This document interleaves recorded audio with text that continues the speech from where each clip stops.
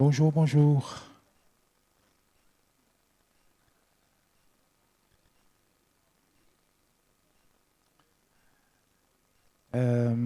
Merci beaucoup encore une fois d'être là dans cette dernière ligne droite. Donc, sans plus attendre, nous allons passer à la synthèse pardon, du colloque. Donc, il y a 3 personnes que je vais inviter à venir autour de la table pour nous faire la synthèse et du volet santé sexuelle et du volet maladies infectieuses émergentes. Et en dernier, nous aurons le volet addiction.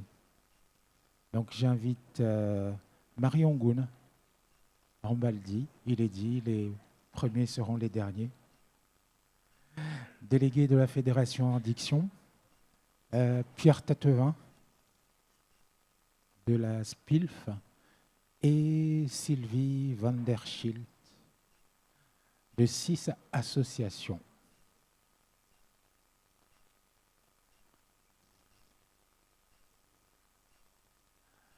Asmaï,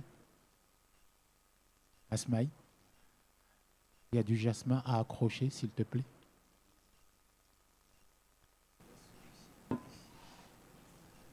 Donc, comme je le disais, nous allons commencer par le volet santé sexuelle et donc avec Sylvie van der Schild. Merci, Monsef. Alors, j'ai pris beaucoup de notes pendant les 4 jours. Je vais essayer de vous en restituer la substance. Mais au préalable, je voudrais vous dire que cette conclusion, cette restitution est le reflet d'un prisme personnel qui a été façonné par ma compréhension des différents enjeux au cours des 4 jours, ainsi que par mes propres valeurs et perspectives. Je vais lire parce que vraiment il y avait une grande densité, une grande richesse, donc je vous prie de m'excuser. Je vais lire le texte. Bien que chaque intervention ait apporté une contribution précieuse, et en dépit des efforts pour capturer l'essence des discussions, c'est vrai que ce n'était pas simple, il est important de reconnaître que l'exhaustivité n'est pas possible en raison de la diversité et de la richesse des échanges. Je me répète, mais c'était tellement important pour moi de vous le dire à nouveau. Des thématiques telles que la santé publique, les infections sexuellement transmissibles, le VIH, les hépatites, la santé communautaire et la santé des femmes, les violences intrafamiliales, sexistes, sexuelles, ont été au cœur des discussions et ont permis de dégager des pistes de réflexion et d'action pour l'avenir. Les actes du colloque, que vous pourrez consulter ultérieurement, offriront une vue plus détaillée des débats et des conclusions. Donc je vais vraiment faire une restitution assez synthétique. Un des grands enseignements pour moi de ces échanges concerne la situation particulière de Mayotte, qui, en raison de sa géographie et de sa démographie, fait face à des défis spécifiques en matière de santé publique. Les discussions ont souligné la situation particulière de Mayotte où les problématiques liées à la précarité, la migration, l'insécurité et le manque d'infrastructures médicales rendent la gestion de la santé publique complexe. Le VIH en particulier reste une préoccupation majeure avec une augmentation des nouveaux cas. À ce titre, les intervenants ont insisté sur l'importance d'adapter les approches de prévention et de prise en charge à la réalité du terrain, notamment par le biais de l'aller vers, tout en prenant compte évidemment de la politique de lutte contre l'immigration en place. Cette stratégie qui vise à amener les services de santé au plus près des populations vulnérables est pourtant cruciale pour contourner les obstacles liés à l'accès aux soins sur le territoire mahorais.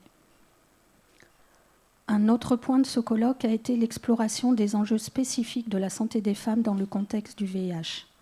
Les recommandations relatives à la prise en charge des femmes enceintes séropositives ainsi que l'allaitement ont été discutées en détail. L'importance de proposer des soins adaptés et humanisés a été soulignée, ainsi que la nécessité de développer des stratégies d'accompagnement plus inclusives. La réalité du territoire mahorais, où la prévalence du VIH est en hausse chez les femmes, demande une vigilance accrue, en particulier dans le domaine de l'accès aux soins prénatals et l'allaitement. Parmi les sujets qui ont suscité beaucoup d'intérêt, il y a celui de l'endométriose, une problématique de santé des femmes qui reste souvent mal diagnostiquée, mais qui a pris une place centrale dans les discussions. L'endométriose touche durement les femmes. Les interventions ont mis en lumière le manque de sensibilisation, de diagnostic précoce et de prise en charge adaptée pour les femmes souffrant de cette maladie à Mayotte. Ce déficit est exacerbé par le manque de spécialistes et les barrières liées à l'accès aux soins sur le territoire. Le besoin urgent d'améliorer la formation des professionnels de santé et de mettre en place des campagnes d'information a été souligné pour réduire la souffrance des patientes et améliorer leur qualité de vie. Les discussions autour du VIH ont été d'une richesse exceptionnelle. Les échanges entre experts, spécialistes et les informations pour les profanes ont été particulièrement éclairantes. Mayotte, bien que confrontée à des enjeux spécifiques, bénéficie aussi des avancées internationales et nationales dans ce domaine. Les échanges ont permis de souligner l'importance du dépistage, de la PrEP et du TPE, tout en insistant sur la nécessité de formation adaptée pour les professionnels de santé mahorais. L'extension de la PrEP à des populations traditionnellement exclues des parcours de soins est une avancée capitale, mais elle doit être accompagnée d'une communication ciblée et des services accessibles. Le colloque a également mis en lumière les difficultés spécifiques liées à la prise en charge du VIH, des infections sexuellement transmissibles et des hépatites dans le contexte mahorais. L'accès aux soins, la continuité du suivi médical et la gestion des populations vulnérables restent des enjeux cruciaux. Plusieurs interventions ont souligné que les efforts actuels nécessitent un renforcement des moyens et une volonté politique forte pour faire évoluer les prises en charge dans l'archipel. Les discussions autour des hépatites ont révélé des disparités importantes selon les régions du monde, avec des progrès variés selon les contextes géographiques. L'hépatite B reste une cause majeure de mortalité dans de nombreuses régions et les objectifs fixés par l'OMS pour 2030 nous rappellent l'urgence d'agir. Le lien entre santé mentale et sexualité chez les personnes vivant avec le VIH a également été au cœur des discussions. La détresse psychologique, les stigmates sociaux et la précarité viennent aggraver la vulnérabilité des patients. L'importance d'une approche holistique, intégrant santé mentale, sexuelle, reproductive, a été largement soulignée, tout comme la nécessité de mieux former les professionnels de santé à ces dimensions souvent négligées. Un des constats majeurs est la nécessité de disposer de données épidémiologiques fiables et adaptées aux réalités du territoire mahorais. Ces chiffres sont cruciaux pour orienter les décisions politiques et ajuster les stratégies de santé publique. Malheureusement, le colloque a aussi mis en lumière le manque ou l'insuffisance de ces données, un obstacle qui freine l'élaboration de politiques pertinentes et efficaces. Sans ces informations spécifiques, il devient difficile de répondre aux besoins réels des populations locales, en particulier dans des domaines aussi sensibles que l'emprise en charge du VIH, des IST et des hépatites. La vaccination contre le papillomavirus a également été un sujet abordé lors de ce colloque. La nécessité d'une meilleure couverture vaccinale a été soulignée, notamment en France, où nous sommes encore à la traîne par rapport à d'autres pays européens. L'exemple de Mayotte a montré que des campagnes d'information efficaces, associées à des partenariats solides avec les soignants, peuvent inverser la tendance.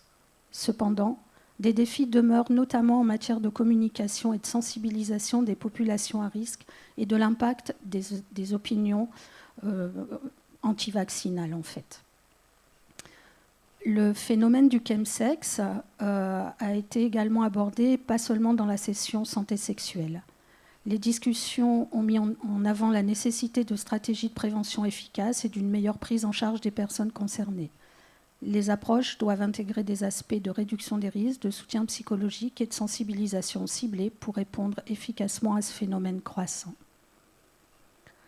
En plus de Madagascar, qui a été évoqué comme un exemple voisin en raison de ses défis de santé similaires, la Réunion a également été bien représentée dans nos échanges.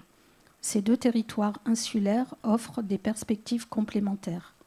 Tandis que Madagascar illustre des problématiques liées à l'accès limité aux soins, la Réunion, avec ses infrastructures médicales plus développées, présente un modèle de coopération régionale et d'innovation en matière de santé publique. Comparer ces deux contextes insulaires a permis d'élargir la réflexion et d'imaginer des approches plus adaptées aux besoins de Mayotte. Le colloque a également abordé les violences intrafamiliales, sexistes et sexuelles qui représentent un enjeu majeur à Mayotte. Ces violences, bien que souvent invisibles, sont omniprésentes dans la vie de nombreux enfants et familles. Des réalités douloureuses, comme les grossesses précoces liées à des viols ou des mariages forcés, l'inceste, l'infanticide, sont des problématiques encore trop peu visibilisées. L'inceste, par exemple, touche non seulement les relations père-fille, mais implique souvent d'autres membres masculins de la famille, une dynamique particulièrement préoccupante. Le manque de structures adaptées pour la prise en charge des victimes et la réticence à dénoncer les violences en raison du poids du jugement social accentuent l'isolement des victimes. Il a également été souligné que certaines actions institutionnelles peuvent reproduire des formes de violence ou de négligence, ce qui appelle à une réflexion plus globale sur la prise en charge des enfants et des familles dans le besoin. Des témoignages poignants ont rappelé l'importance de briser le silence et de soutenir les victimes dans leur chemin de reconstruction. Il est apparu nécessaire de renforcer la coopération entre les différents acteurs pour une approche pluridisciplinaire, notamment à travers la formation des familles d'accueil, des professionnels locaux. Ces réalités, bien qu'ancrées dans le contexte mahorais, résonnent également au-delà de l'océan Indien. En Martinique, par exemple, des initiatives similaires de soutien aux victimes de violences intrafamiliales ont montré que l'action collective et la coopération entre différents acteurs peuvent avoir un impact transformateur. Cette solidarité interrégionale face à ces défis souligne l'importance de partager les bonnes pratiques et de renforcer la coopération dans les territoires ultramarins. Cette prise de conscience collective doit être soutenue par des actions concrètes pour mieux repérer et prendre en charge les victimes de violences tout en renforçant les structures existantes pour répondre à ce problème grandissant. En conclusion, ce colloque a permis de dégager des priorités claires pour l'amélioration de la santé publique à Mayotte. Tout d'abord, les données épidémiologiques fiables doivent être une base solide pour ajuster les stratégies. Comme cela a été souligné à plusieurs reprises, ces données encore largement insuffisantes, voire inexistantes, sont nécessaires pour mieux comprendre les besoins des populations et orienter les politiques publiques de façon plus efficace. Ensuite, les échanges riches entre experts, notamment autour des questions du VIH, des IST, des hépatites et de la vaccination contre le papillomavirus, ont souligné l'importance d'un renforcement des ressources et d'une volonté politique forte pour améliorer les prises en charge. Le contexte mahorais est difficile, mais c'est aussi un lieu d'opportunité. D'ailleurs, plusieurs intervenants ont lancé un appel à venir travailler à Mayotte, rappelant que malgré les défis, ce territoire offre de belles perspectives humaines et professionnelles. Enfin, cette rencontre s'achève sur un appel fort à l'engagement des pouvoirs publics. Cet engagement est indispensable pour doter Mayotte des moyens nécessaires afin de répondre aux défis actuels. Il est temps d'agir pour que les politiques de santé publique soient à la hauteur des attentes des professionnels sur le terrain et des besoins des populations. Merci à toutes et à tous pour votre engagement et vos contributions éclairantes. Et si vous me le permettez, je vais terminer par Niamuja Udzalolo.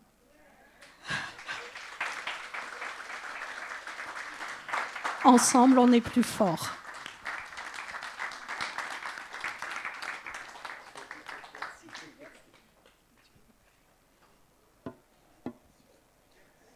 Merci beaucoup, Sylvie. Alors peut-être avant de passer à la synthèse des maladies infectieuses émergentes avec Pierre Tatevin, il y a peut-être des remarques, des réactions, des questions dans la salle.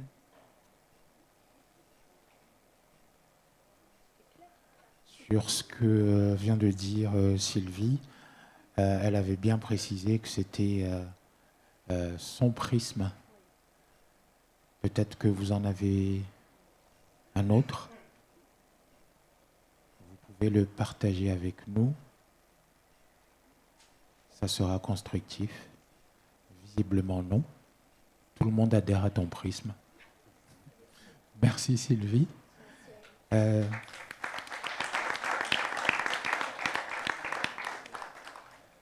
Je cède donc la parole à Pierre Tatevin. Merci beaucoup, Monsef. Alors, je vais avoir du mal à faire aussi bien que Sylvie, parce qu'elle a vraiment un esprit très synthétique. Elle a beaucoup réuni d'informations sur tout ce qui s'est passé ici. Alors en préambule, moi je suis ici en tant que vice-président de la Société de pathologie infectieuse de langue française, qui est une association qui a déjà 50 ans et dont l'objet est vraiment d'essayer de s'investir dans tout ce qui pourra contribuer à une meilleure prise en charge des maladies infectieuses, aussi bien sur le volet prévention que sur le volet traitement, sur le volet intervention, éducation, et qui par ailleurs a bien, dès sa conception, insisté sur le fait qu'on restait juste deux langues françaises et qu'on n'a pas du tout de nationalisme ou de quoi que ce soit. Si on peut s'investir et essayer de s'investir de plus en plus, notamment outre-mer, on sera ravis de le faire. Et à ce sujet, je salue au passage notre conseiller spécial de l'outre-mer, donc Loïc Epelboin, qui travaille aussi au conseil d'administration de la SPIF et dont on apprécie beaucoup la valeur ajoutée. Donc je suis ici à ce titre et Monsef m'a demandé de vous faire un peu une synthèse de ce qui a été dit, ce qui a été échangé ici au cours des 4 journées passionnantes sur les maladies infectieuses émergentes. Alors, la première remarque qui est un peu générale, c'est que je trouve vraiment que ce colloque est quelque chose de très bien conçu, de assez original finalement. Je n'ai pas beaucoup d'informations, de données sur quelque chose qui soit organisé principalement par une association au premier plan très dynamique qui essaye de réunir des modalités d'intervention, des thématiques différentes pour essayer, on sent bien, de contribuer à ce que la situation s'améliore en créant du lien entre les différents acteurs, en essayant d'échanger des partages d'expériences, des solutions, et dans une ambiance qui est vraiment tout à fait propice à ça, puisqu'on peut échanger avec tout le monde, on rencontre beaucoup de gens, et il y a un grand investissement de beaucoup de personnes. Donc d'une manière générale, je pense que le modèle est remarquable, et j'espère beaucoup que vous pourrez continuer à fabriquer ce lieu d'échange, de construction, d'amélioration de tout au fil des années, et avec une grande admiration qu'avait déjà dû, j'imagine, retransmettre le président de la SPIF qui était là l'année dernière et qui était revenu en disant il faut absolument continuer à s'investir et de plus en plus dans ces actions qui sont remarquables. Alors je vais y aller petit à petit, je vais m'excuser comme a fait Sylvie sur les choses que j'aurais éventuellement oubliées, parce que j'ai de temps en temps fui la salle des maladies infectieuses émergentes pour m'imprégner un peu de ce qui se passait sur le versant santé sexuelle, sur le versant addictologie, et j'ai toujours trouvé ça passionnant. Donc il y a des petites sessions que je n'ai pas couvertes tout à fait, mais ce sera l'occasion avec la salle d'échanger. Et notamment, je n'ai pas vu beaucoup la session pédiatrie pour les maladies infectieuses émergentes, mais je crois que j'ai des collègues qui vont pouvoir compléter sur cette partie-là beaucoup mieux que ce que j'aurais fait. Si on revient sur l'axe du lien, parce que je pense que c'est le premier mot que je ressortirais de ce qu'on ressort, de ce qu'on retient de ce colloque, de ce qu'on gagne à participer à ce colloque. Il y a plein de thématiques sur lesquelles on sent bien, et je crois que c'est dans sa personnalité, Monsef tient à ce qu'il y ait du lien entre les personnes. Ce qui m'a marqué le plus, alors c'est dans l'ordre ou dans le désordre, c'est d'abord le lien entre les îles, et je trouve qu'à plusieurs, quasiment 10 fois par session, on avait des échanges entre les différentes localités qui participent à ce colloque, que ce soit La Réunion, Madagascar, Anjouan, et je ne vais pas vous faire toute la liste pour pas en oublier, mais même des gens beaucoup plus loin comme les Antilles, la Polynésie française, la Guyane. Donc on sent que c'est l'occasion d'échanger sur des pratiques, et vraiment je pense que ça c'est déjà remarquable, et on a même vu, on a assisté à des échanges de comment fonctionner mieux à l'avenir pour quand les patients passent d'une île à l'autre, par exemple, pour ne pas perdre les informations, pour s'assurer que la suite des soins du patient soit assurée avec les bonnes informations. Donc ça, c'était très beau. L'autre lien qui est évident et qui n'est pas souvent retranscrit dans les réunions scientifiques ou des colloques comme ici, c'est le lien entre les représentants des patients et les professionnels de santé. On en parle beaucoup, mais je ne pense pas qu'il y ait tant que ça de lieux où on les favorise, ces liens, ces interactions, où les patients peuvent se lever et donner leur avis par rapport à la façon dont ils sont suivis, dont ils sont soignés. Et ça, c'est une grosse valeur ajoutée.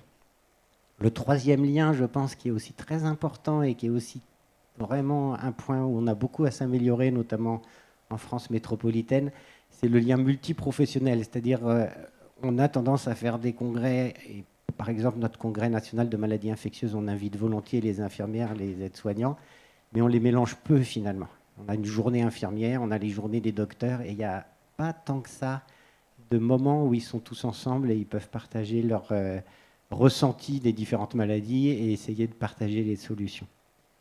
Et ce lien multiprofessionnel, ça va assez loin, parce qu'on a eu à plusieurs reprises pendant ces 4 journées-là l'occasion d'être très enrichi par le coup d'œil des vétérinaires sur des maladies qui passent par les animaux et que les vétérinaires connaissent avec un œil différent, que ce soit pour repérer les épidémies plutôt que nous, comme on a entendu pour la fièvre de la vallée du Rift, par exemple, en surveillant les animaux pour essayer de bloquer les maladies avant qu'elles arrivent aux humains, ou en essayant de mettre en place de la prévention.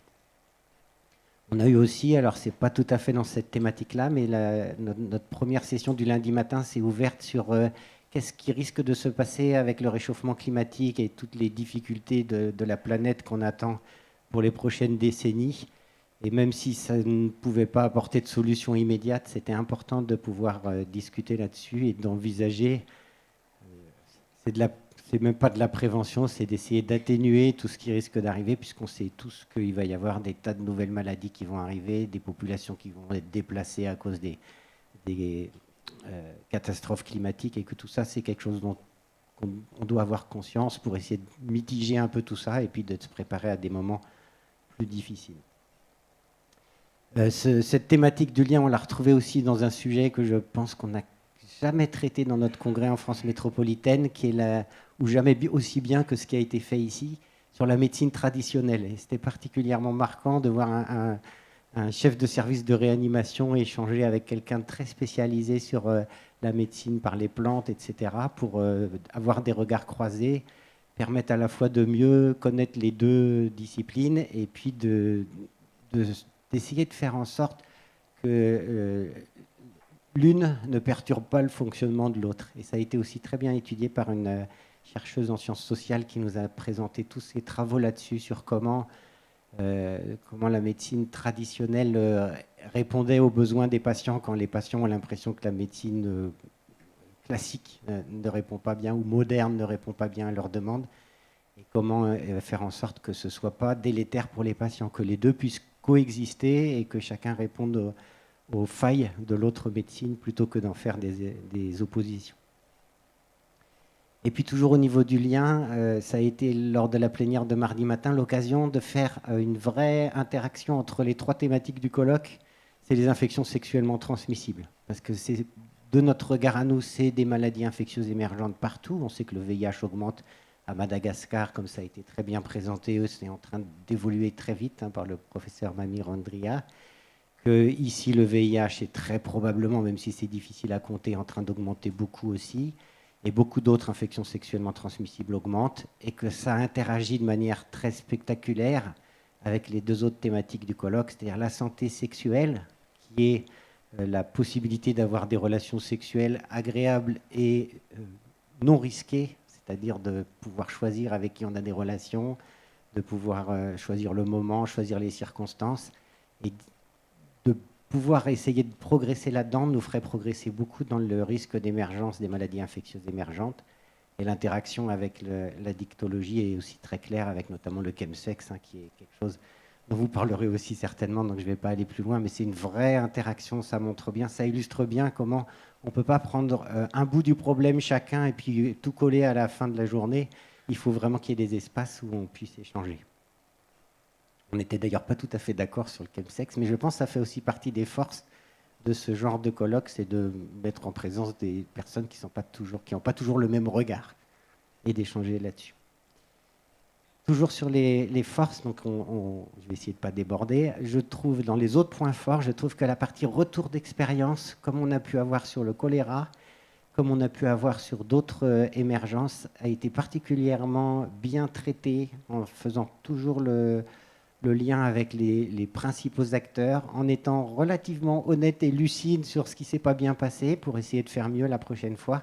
Et c'est peut-être ce que j'ai apprécié le plus sur ces retours d'expérience, que les équipes locales qui ont été remarquables, on voit bien quand ils échangent entre la microbio, la médecine, la réanimation, la pédiatrie, à l'hôpital, le service d'hygiène, et puis tout ce qui sortait de l'hôpital mais qui était indispensable à des épidémies comme le choléra, que ce soit la Croix-Rouge, que ce soit l'ARS, que ce soit les populations, les représentants, les associations de patients. Et tout ça, ça a l'air d'avoir très bien marché. Et en même temps, tout en revenant sur cette expérience qui s'est bien terminé, puisqu'il n'y a plus de cas depuis plusieurs semaines et qu'on pouvait craindre bien pire quand on regardait la situation début juillet. J'ai apprécié la lucidité et l'humilité des intervenants qui disaient cette fois-ci ça s'est bien passé, mais il ne faut pas qu'on dise qu'on a tout bien fait, il faut reconnaître qu'il y a des choses qui n'ont pas été bien faites. Il y a eu 7 décès, notamment des patients qui n'ont pas pu arriver à l'hôpital à temps pour être soignés. Et c'était, je pense, très constructif de passer un petit peu de temps là-dessus.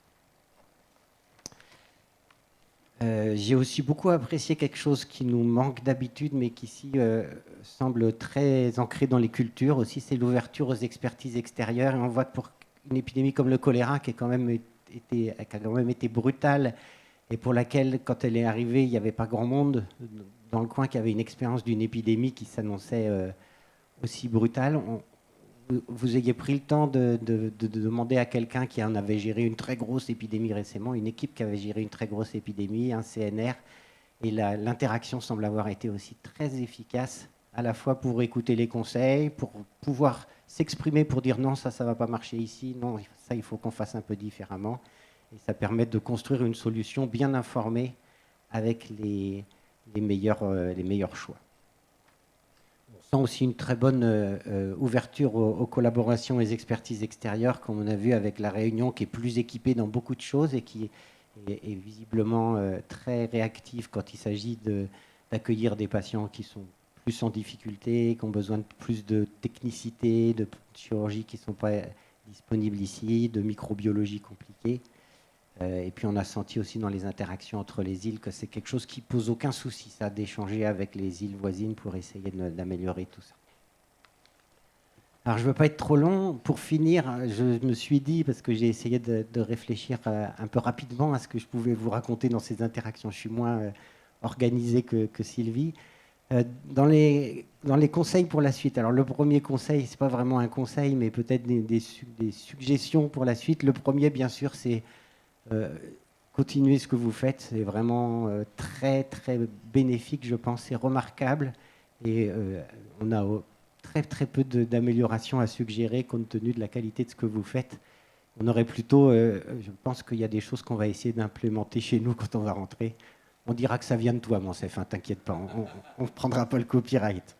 Mais vraiment, conseil numéro 1, c'est quelque chose de remarquable que vous avez là et plus ça pourra durer, mieux ce sera. Et je suis sûr que ça va continuer vu l'énergie et l'engagement que les gens y mettent.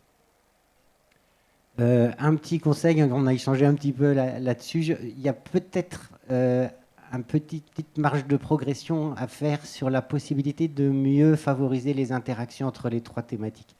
Parce que finalement, comme on est tout le temps occupé dans chacune des thématiques, on n'est pas spontanément amené à aller voir ce que font les autres. Et une des solutions serait d'avoir que 2 programmes en parallèle, pas 3, ce qui forcerait toujours celui qui n'a rien dans sa thématique d'aller voir ce que font les autres.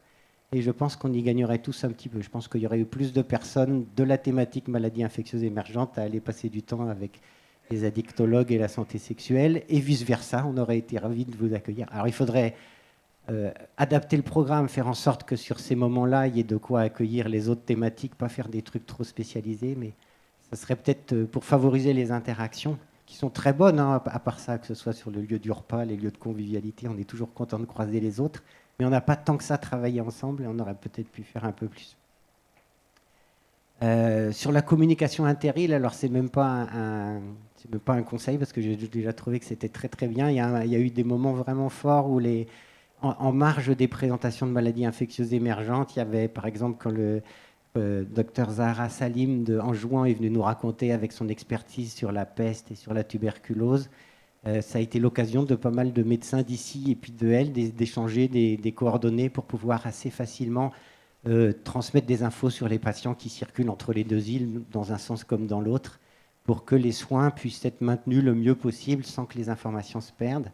Et on a vu la même chose pour Madagascar, d'ailleurs, sur le VIH, essayer d'améliorer la continuité des soins quand les gens changent de territoire. Et c'est ce genre de colloque, je pense, qui peut faire beaucoup pour les patients de ce côté-là. Je crois que je vous ai dit tout ce que j'avais prévu de vous dire, mais je ne serais pas du tout vexé si des collègues de la thématique rajoutent des choses ou enrichissent, notamment sur le versant pédiatrique, je n'ai pas beaucoup suivi. Et merci encore, Monsef, pour l'invitation.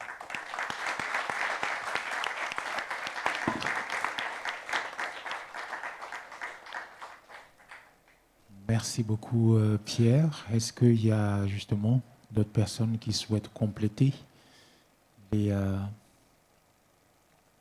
dire les blancs de Pierre, mais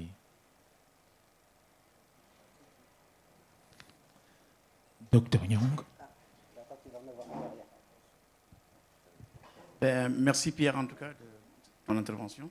Ce que j'aimerais rajouter, c'est que nous qui sommes ici à Mayotte, c'est que nous sommes au cœur de l'océan Indien et nous ne sommes pas à l'abri d'éventuelles l'épidémie.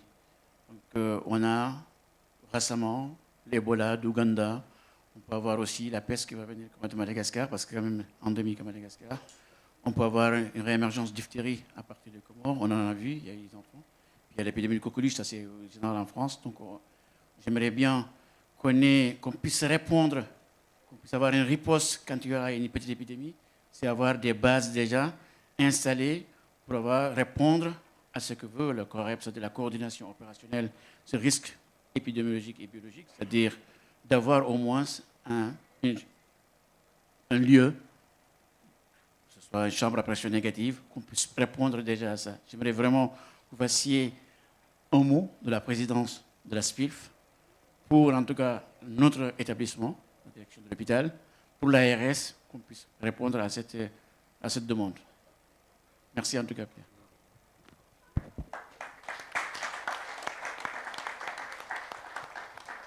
Tu as tout notre soutien là-dessus, Mohamedou. On en a parlé tout à l'heure, mais il n'y a pas de souci, on soutiendra au maximum. D'autres réactions? Merci, comme Pierre a parlé tout à l'heure qu'il n'a pas vu le volet pédiatrie. Ce qui était intéressant, je trouve aussi, c'est de voir que à La Renaud, à Mayotte, il y a les cas de rhumatisme articulaire aigu, à peu près 25 par an. Donc, le rôle du traitement des angines.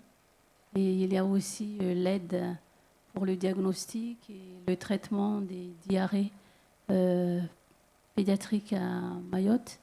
Il y a aussi l'importance du rôle des staphylocoques dans les infectiologies pédiatriques. Et ce qui m'a intéressée, malheureusement, je n'ai pas pu assister parce que, comme dit Pierre, il y avait des manifestations concomitantes. C'est à propos des violences sexuelles aux enfants.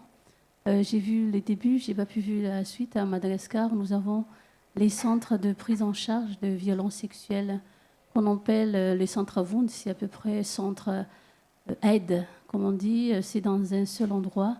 Il y a les gendarmes, les assistantes sociales, les obstétriciens et aussi l'aide pour faire venir les juristes, les juges d'enfants. Donc c'est dans un même lieu où on emmène les enfants qui viennent des liens reculés.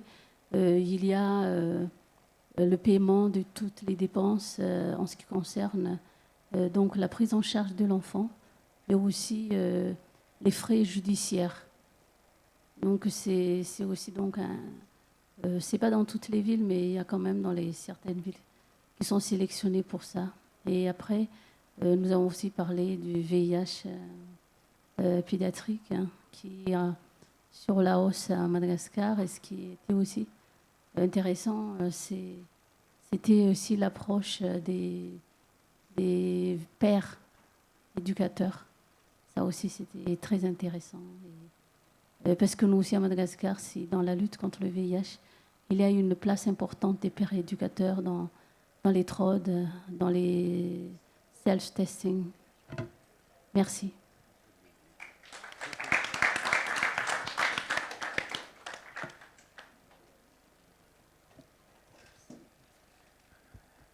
Merci. Une autre réaction? Juste, j'avais promis que j'essaierais de faire un petit mot aussi. Nia Moudja ou Zaloulou. Et Maraba.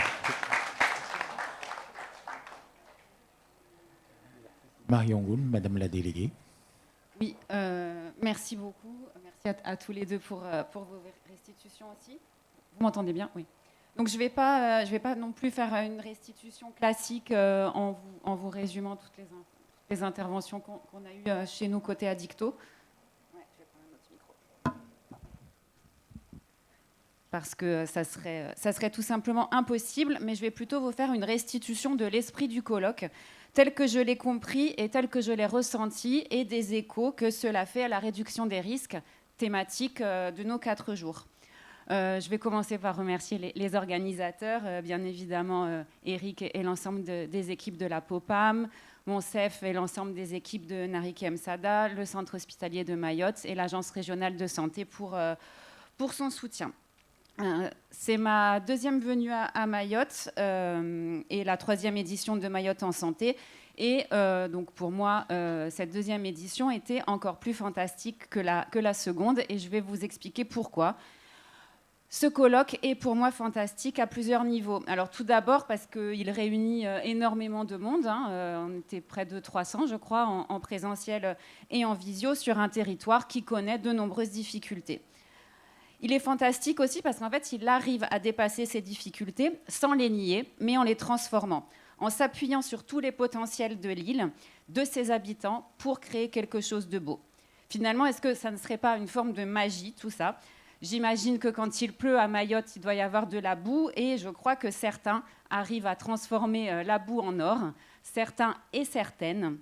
Certaines parce qu'en effet, ce colloque a donné énormément la place aux femmes, et ça, je tenais à le souligner, parce que nous, les femmes, pour avoir une place dans la société, on doit se battre quotidiennement, et en fait, à Mayotte en santé, c'est facile. Donc déjà, je voulais vous remercier pour ça, parce que c'est chouette, voilà, quand on est une femme, de pouvoir s'exprimer, que toutes les femmes puissent s'exprimer et partager leur expérience. Mayotte en santé, c'est fantastique aussi parce qu'il donne la parole aux personnes de Mayotte et aux personnes de l'extérieur. Et je crois aussi que chacun, comme on l'a dit, arrive à trouver une source d'inspiration chez l'autre. Et ça, moi, je trouve que c'est super. C'est fantastique aussi parce que c'est un colloque pluridisciplinaire, on l'a dit, nos 3 thématiques. Ça nous permet d'échanger, de voir ce qui nous rapproche, de voir ce qui parfois nous éloigne, et de voir à partir de cet éloignement comment on peut se rapprocher. C'est fantastique, enfin, parce que c'est un colloque qui donne la parole aux personnes concernées. Et ça, dans le domaine des addictions, c'est vraiment ce qui est la base pour nous et le plus important, et que cette parole, elle a une valeur égale à celle des professionnels. Et ça, pour moi, je dirais que c'est vraiment quasiment le plus important. À Mayotte en santé, les termes qui me viennent à l'esprit, c'est égalité et partage. Et on fait vivre concrètement ces concepts. Et ça, c'est aussi important. Égalité des savoirs, égalité des paroles, partage des connaissances, partage des expériences, mais aussi partage des doutes et des questionnements. Égalité et partage, donc, et ça aussi c'est important, sans oublier notre histoire et les rapports de domination coloniaux et post-coloniaux qui en sont issus. Réduction des risques, parcours de vie et de santé, donc c'est la thématique de notre colloque et ce qui nous a réunis ces 4 jours. Donc la réduction des risques, je vais en parler un petit peu maintenant. Ces valeurs, ces principes d'action rejoignent pour moi ce que je viens de vous dire sur Mayotte en santé.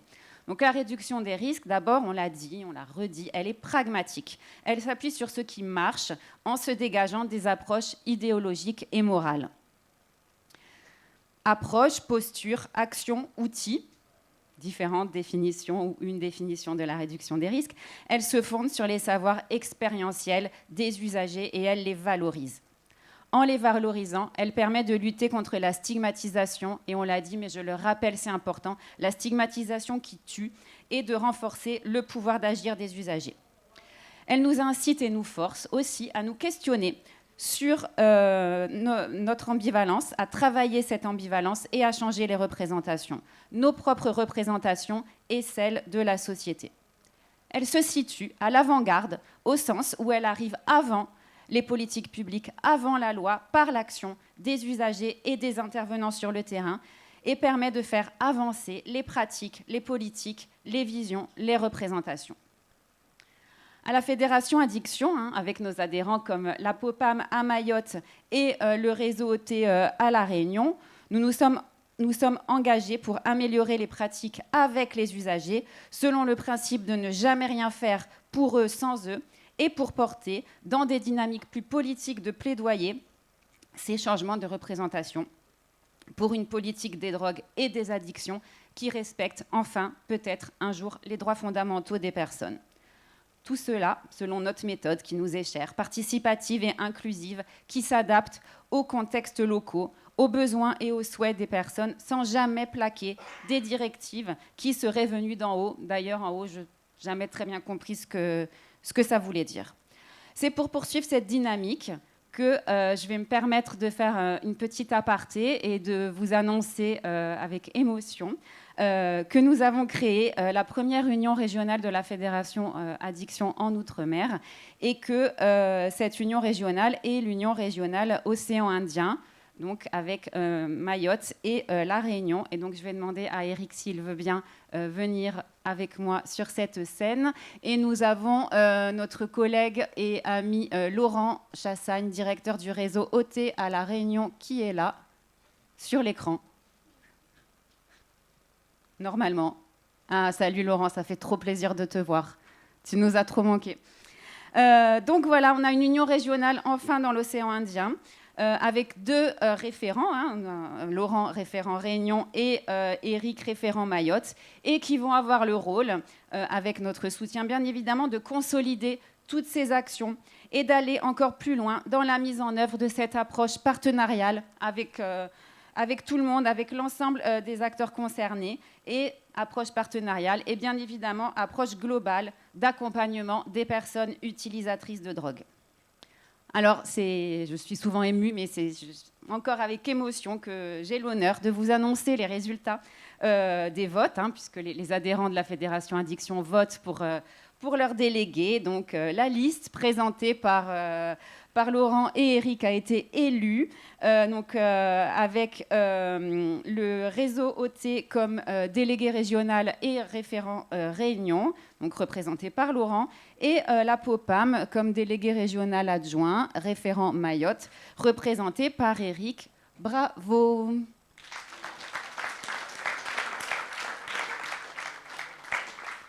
Et j'ai vraiment hâte qu'on poursuive ce travail.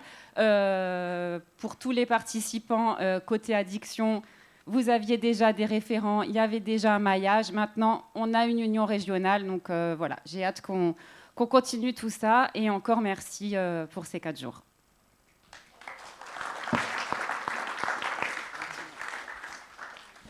Moi, je crois qu'il faut parler. C'était pas prévu. Alors moi, en premier lieu, vraiment, je tiens à remercier les équipes de la POPAM et de Nariké qui se mobilisent depuis des semaines pour que ce colloque puisse avoir lieu. Vous n'imaginez pas le nombre de choses qu'il a fallu faire penser, d'imprévus, de dernière minute, et je vous demande de les applaudir.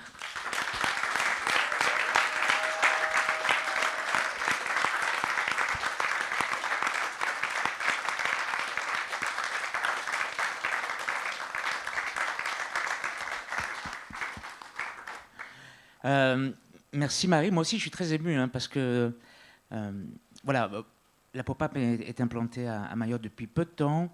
La dictologie c'est quelque chose qui est un peu nouveau. On s'appuie sur le service du CHM qui est un petit service avec le docteur Youssouf et le docteur Aubry qui ont eu la gentillesse de venir intervenir hier. Et le fait d'avoir, ça a été dit par Sylvie, cette espèce de maillage entre ces deux îles qui quand même sont cousines quelque part, avec des entrées-sorties permanentes de personnes qui vont dans un sens comme dans l'autre. Je pense que c'est important qu'on puisse avoir cette vision un peu globale, et on l'a vu là lors de nos discussions sur l'intérêt d'avoir un système d'analyse de produits. On parlait d'améliorer la collecte de données. Pour nous, c'est essentiel aussi. C'est essentiel pour renseigner le système de pharmacovigilance, mais aussi pour informer la population, les usagers, des risques et des dangers potentiels par rapport à leurs pratiques et à leurs usages. Donc on a tout intérêt à ce que cette union régionale se fasse. J'en m'en félicite et je t'en remercie. On se connaît avec Laurent depuis longtemps, donc il n'y aura pas de problème pour travailler ensemble. Sur ce colloque, je voulais dire simplement, il y a 3 disciplines qu'on essaie de croiser, de faire se rencontrer. Ce n'est pas toujours simple de sauter d'une salle à l'autre, effectivement. Il faut qu'on trouve un format qui permette peut-être de plus mailler les choses, de plus nous mélanger encore. Et donc ça, il faut qu'on y réfléchisse avec Monsef, ça fait partie du travail qu'on devra faire.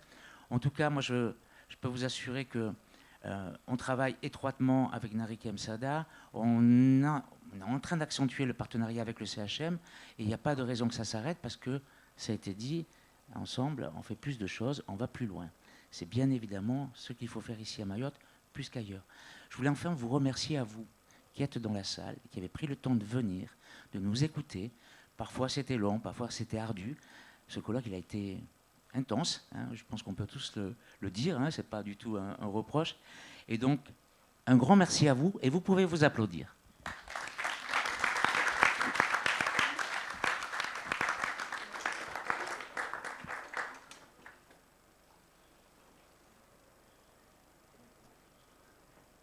Alors, maintenant que cette synthèse a été faite dans le programme, nous allons passer aux conclusions, aux remerciements. Maintenant, restez là. Bah, viens avec moi, Eric. Voilà. Donc, après les remerciements de nos équipes respectives, moi, j'aimerais bien que tous les intervenants orateurs qui sont dans cette salle, pouvez-vous vous lever, s'il vous plaît?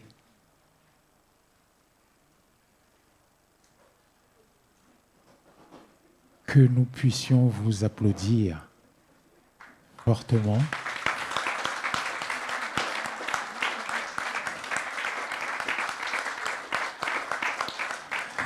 Pour votre disponibilité, pour ceux qui viennent de loin,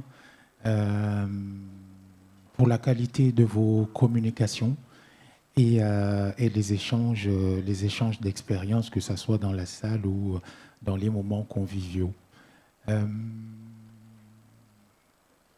Remercier les partenaires, ça a été dit, le Centre hospitalier de Mayotte, le Conseil départemental de Mayotte, la SFLS, la NRS, MIE, la Fédération Addiction, et d'autres partenaires dont je ne me rappelle pas, ils m'excuseront. Le soutien de l'ARS, ça a été dit ici, et c'est important parce que c'est vrai que nous travaillons pendant des longs mois pour réfléchir au programme, pour concocter tout ça, mais sans le soutien de ces gens-là, le soutien financier, nous ne serions pas là. Donc c'est normal que nous les remercions, en espérant qu'il y en aura d'autres et qui nous donneront plus d'argent l'année prochaine pour faire venir plus de gens qui viendront ici. Qu'est-ce que j'aimerais rajouter? Je ne vais pas être très long. Ce colloque, moi je suis content parce que Pierre m'a devancé, ainsi que Sylvie et Marion Ngoun. Effectivement, l'un des objectifs de ce colloque, c'est celui-là. Les gens qui me fréquentent savent, nous n'arrêtons pas de le répéter, que nous manquons cruellement à Mayotte d'espaces de rencontre, d'espaces de réflexion, d'espaces de juste se connaître, parce que ça a été dit ici à plusieurs reprises qu'il y a un turnover phénoménal à Mayotte. Quelqu'un qui est là aujourd'hui, on n'est pas sûr de le retrouver mercredi prochain. Il y a quelqu'un d'autre qui le remplace, donc il faut recommencer à se raconter avec cette personne-là, et c'est très délicat. Donc ce genre d'espace est nécessaire pour nous, c'est ce que nous essayons de créer. Alors, il faut bien que ça soit porté par une ou deux personnes. Nous nous sommes proposés à le faire, mais bien entendu, Mayotte en santé, c'est le colloque de tous les acteurs de terrain de Mayotte. Et en tout cas, c'est la philosophie, la dynamique qui est la nôtre. Je me perds, je te laisse. Ça me reviendra. C'est l'âge, c'est une arnaque.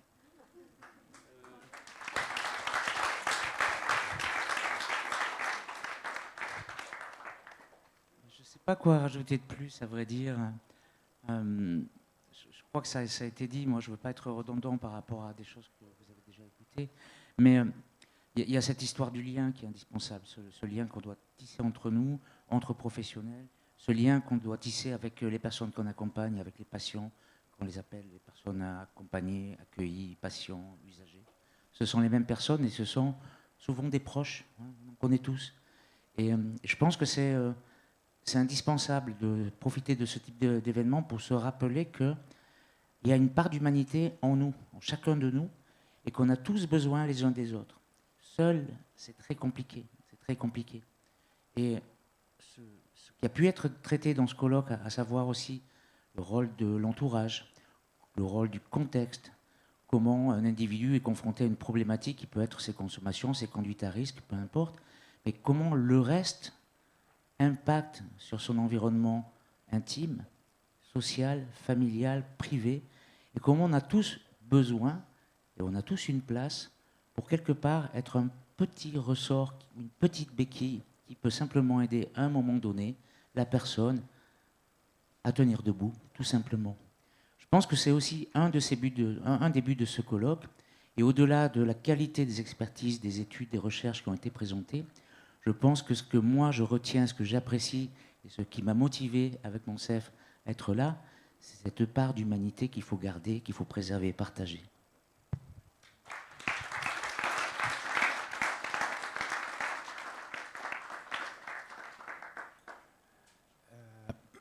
Avant de terminer mon propos, juste deux choses. Je suis particulièrement heureux et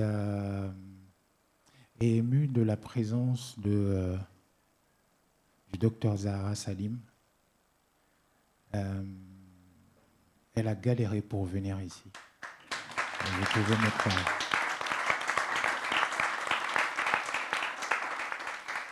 Je suis très très heureux de la présence du docteur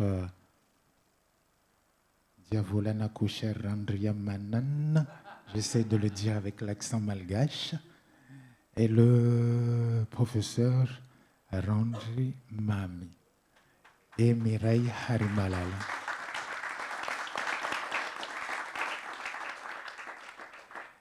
Et je finirai là. Très heureux que mon ami Jean-Claude Tardy, qui doit se cacher quelque part là-bas, la dernière fois qu'il est venu ici, c'était en 2012, nous essayions de faire adopter les trodes. Et je suis heureux qu'il soit là aujourd'hui. C'est un réel plaisir et particulièrement ému. Et je vous demande de les applaudir, s'il vous plaît, parce qu'ils font un travail que les gens ne peuvent pas imaginer forcément, les difficultés. Le docteur Nyang Mamadou, s'il vous plaît. Son équipe, Aurélia, Marie-Ève qui n'est pas là, pour la prise en charge des personnes infectées par le VIH à Mayotte. C'est super compliqué, ça a été dit et redit ici. Et je voulais leur témoigner ma reconnaissance pour ce qu'ils font pour nos usagers. Voilà. Et j'arrêterai là. As-tu autre chose à rajouter ?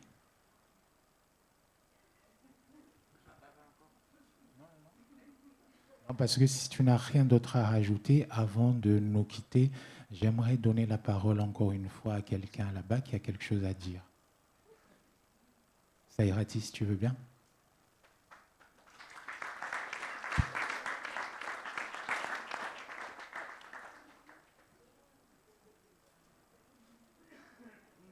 Merci beaucoup, Monsef. Je jure, après, je ne prends plus le micro. En fait, j'ai voulu prendre la parole avant qu'on se quitte pour remercier officiellement Monsef, parce que, oui, il est surpris, parce qu'il ne le savait pas, évidemment, parce qu'on sait dire quand ça ne va pas. Je suis la première à dire que ça ne va pas, qu'on n'a pas d'aide, pas de soutien. Et puisqu'il me tient la main depuis la création de l'association, malgré mes colères, malgré mes fatigues, malgré les lassitudes, il sait dire qu'il faut tenir parce qu'on en a besoin. Et rien que pour ça, je pense que c'était important que je le dise aujourd'hui publiquement. Je suis reconnaissante pour ça.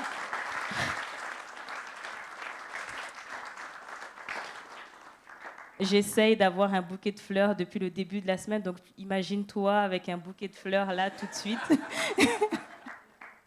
Parce que le bouquet ne voulait pas venir. Mais j'ai beaucoup pensé, avec ton équipe d'ailleurs, on a essayé, mais bon, échec de la mission, c'est pas grave. Par contre, tu as une séance de massage avec Oumi Géry, tu choisis la date et tu y vas. Merci. Attendez, ne vous faites pas avoir. Vous venez de voir mon quotidien avec cette personne. Imagine-toi avec un bouquet de fleurs. Imagine-toi en train de te faire masser. Imagine-moi en train de t'inviter à déjeuner.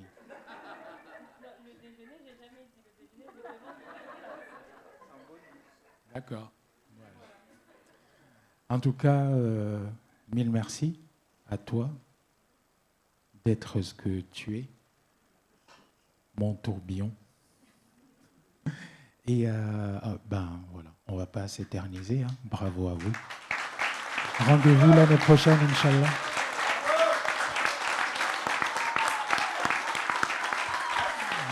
Et vive l'Union régionale de la Fédération Addiction. Et pardon, je vous promets, c'est la dernière. Franchement, je ne me le pardonnerai pas. Véronique, s'il te plaît. Oui. Un moment de faiblesse.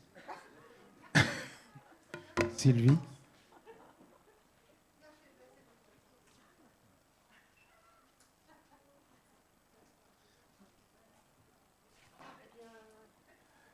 Donc, Sylvie van der Schilt, je vous l'ai présentée tout à l'heure, elle travaille pour 6 associations dont nous sommes partenaires.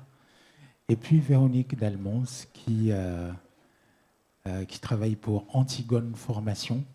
Et nous avons entrepris depuis l'année dernière un cycle de formation sur les violences sexistes et sexuelles. Et donc elles ont enchaîné le colloque. La formation s'est terminée la semaine dernière. Et Sylvie, j'aimerais la remercier particulièrement parce que je lui ai confié une mission. Et vous l'avez certainement remarqué, mais depuis lundi, elle est volet santé sexuelle. Elle n'a pas bougé du matin au soir pour faire la synthèse qu'elle vous a faite tout à l'heure. Et merci infiniment. Voilà. C'était la dernière. Un mot à dire? Pas mieux. À l'année prochaine.